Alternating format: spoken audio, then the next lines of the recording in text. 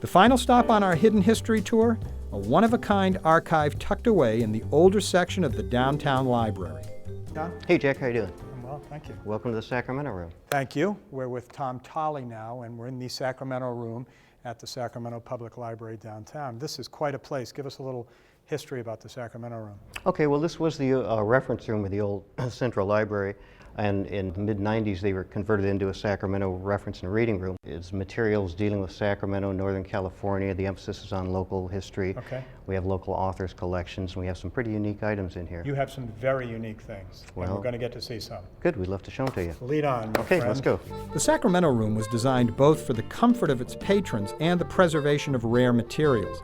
Many old letters, public records, and other unique documents are stored in a climate-controlled vault. But of course, this being a library, the emphasis is on books, and the Sacramento Room possesses the only copies of some very unusual texts. Things like a book whose cover was made out of copper from the Capitol Dome, an 1854 Sacramento directory. At that point, the city already had 37 saloons. No wonder people were seeing airships everywhere. Here's the original 1857 charter of the Sacramento Public Library. Some prominent signatures in there. And finally, a book published in 1490, 2 years before Columbus sailed the ocean blue. And it will tell you what you might want to know about the world up to that point. Well, it would if I See it. If you could read read Latin. So you have something else that you want to show me that's of particular interest to you? Yes, I do, Jack. All right. This is a surprise All here. right, good, good. I like surprises. This came in unexpected. We're going on a trip. Yes, this is the remnants of the Sacramento Amateur Movie Makers Club, which started in Sonoma in the 1930s. Wow. Photo albums, programs, awards, press clippings, all documenting a half-century of local filmmaking. Well, this is amazing that you've kept all of this paraphernalia from the group. It'd be great to be able to see some of the movies. Do you have any of the movies? Well, you'd like to see some movies, Jeff? Most directors find a genre that works for them and stick to it. Not Jewel Dawson. In her more than 20 years of filmmaking, she tackled sci-fi, suspense, comedy, westerns, ghost stories. She also played a key role, maybe the key role, in preserving the American River Parkway. Not bad for a working mom from Sacramento. My mother was very creative in putting things together, whether it was making a painting or doing some project in the yard. But when Wendy's father bought Jewel a movie camera for her birthday, she found her true passion. Editing and adding music and adding dialogue to movies, it just all came together into one focal point, and so she was just amazing at making movies. Now, you may not know this, but back in the silent era, Sacramento was a favored location for Hollywood filmmakers. Just one day's journey from LA with both unspoiled scenery and big city amenities. Probably the most famous movie shot here was Buster Keaton's Steamboat Bill Jr. All of those visits from Hollywood must have inspired local residents, because in 1937, some Sacramento cineasts got together to form the Sacramento Amateur Movie Makers Club, SAM. It was held in the Garden and Arts Center at McKinley Park, right where the Rose Garden is now. We met once a month, and basically, if you met again, it would be outside to get together to make a movie. The club had been around for about 2 decades before Jewel Dawson and her family joined, but from her very first film, it was obvious that Jewel was a natural. She won first place on every contest that she entered. And so they were almost, well, did we really want her coming to the club? She's going to win all our awards. One of the contests they had was to take a roll of film and to film a movie from your title to the end without editing. That movie's called Honeymoon.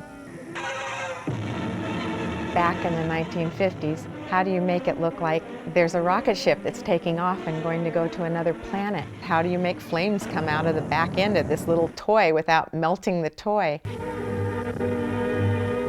Rope of Sand was filmed in front of the old Alhambra Theatre. It was filmed in the gardens there.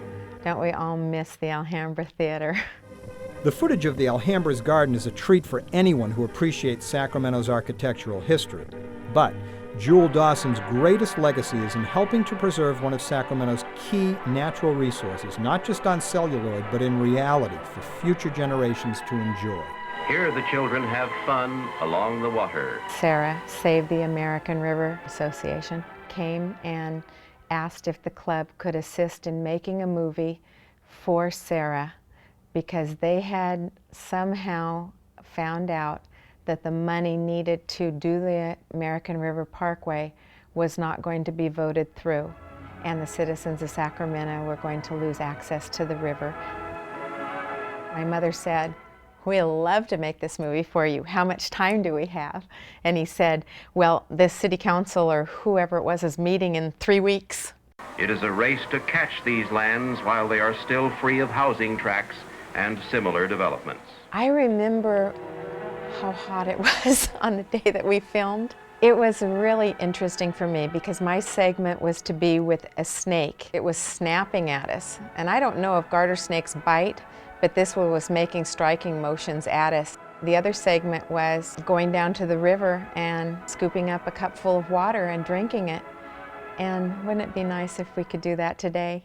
After 3 weeks of shooting, writing, and editing, Jewel pulled an all-nighter to polish the film and the next morning raced to the meeting where the vote was being taken.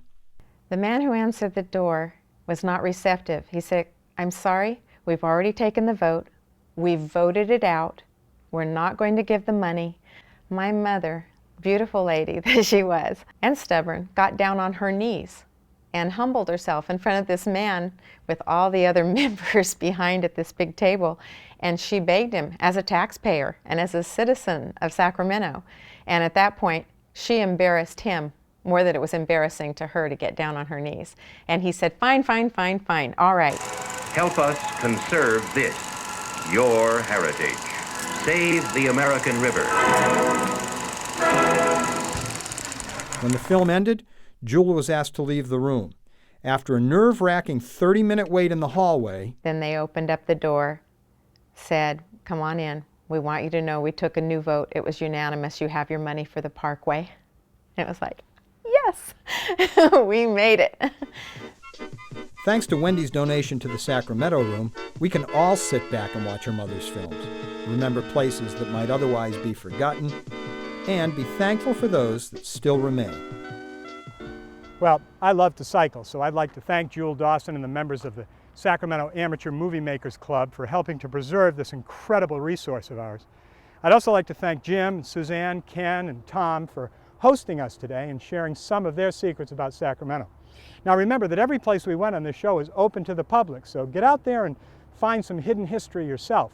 We crammed an awful lot into this half hour, but there are still some incredible tales to be told about Sacramento. For Hidden History, I'm Jack Gallagher. See you next time.